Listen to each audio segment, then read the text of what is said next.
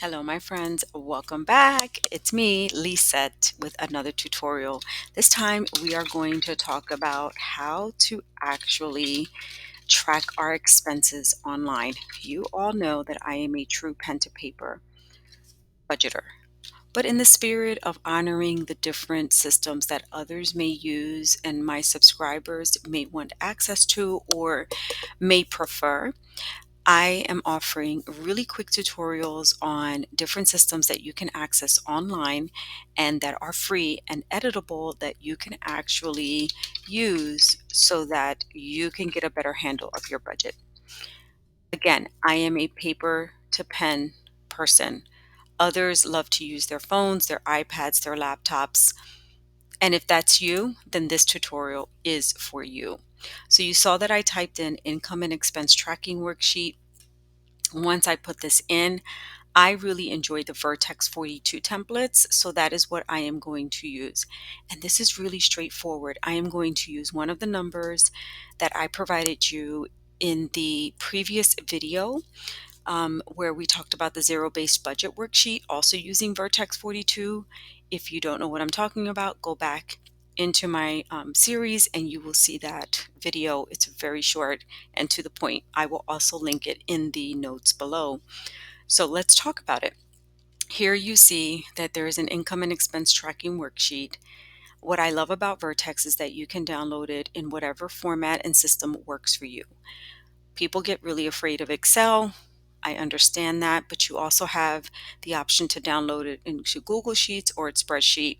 You also have the ability to download it as a printable PDF. So if you are a pen to paper person like me, you can use this, print it, and then you can handwrite all of your information. And it's funny though, because when I go back to years ago with my parents, when we used to go pay for things, we never had debit cards or credit cards back then. Everything was paid with a check, and we had my mother had a little a registry with the check where you would literally write down what you paid that check for. So here we are, and fast forward to 2024, and we have things that we're going to use online. So you will get pop-ups. Just close out of those when you see them. These templates are free.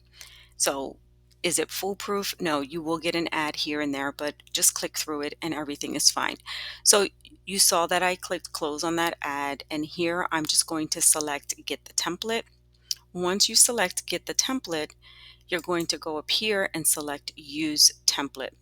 And it brings us to this template here that is built in Excel, but you can download it and save it to your own liking, and you can save it to yourself where you can access it into Google Sheets directly off of your phone.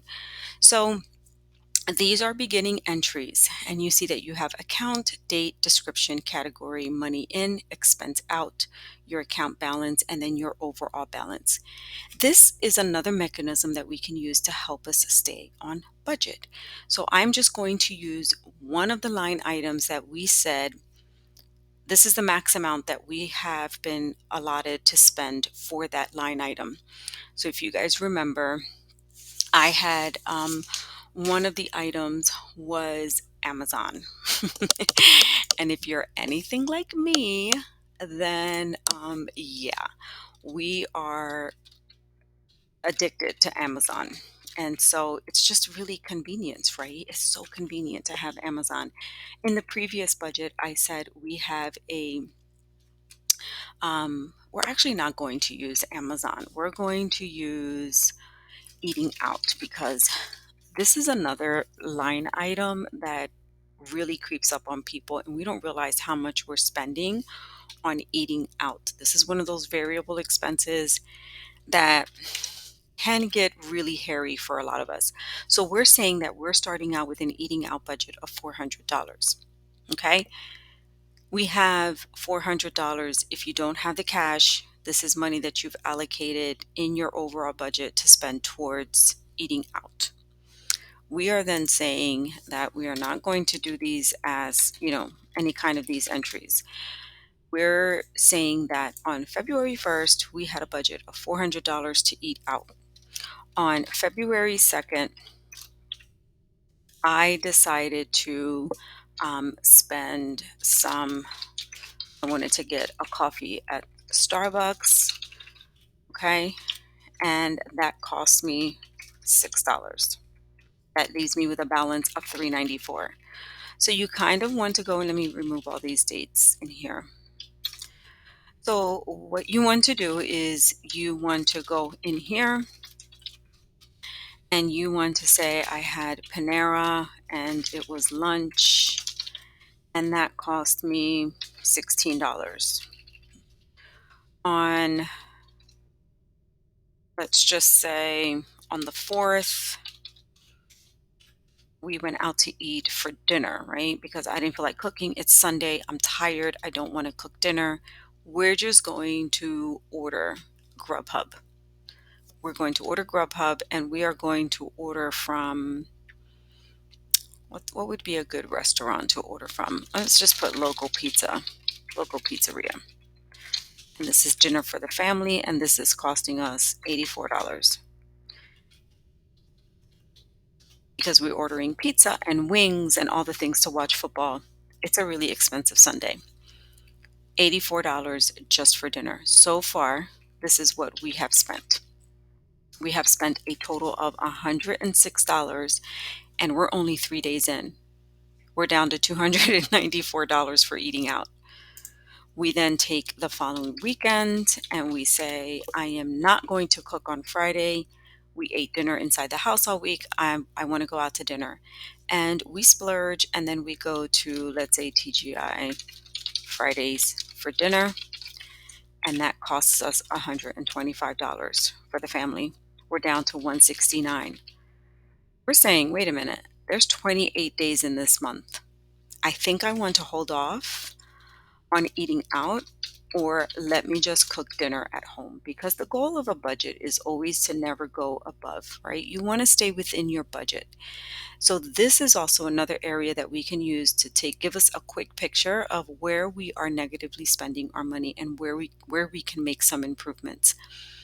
And writing it all down and or tracking it in this type of a worksheet really gives us that visual and we can do better as in terms of keeping within our budget. And so I hope that you found this helpful. This is a really quick tutorial. It's very high level. I don't want to, overburden you with all the details, but you get the picture.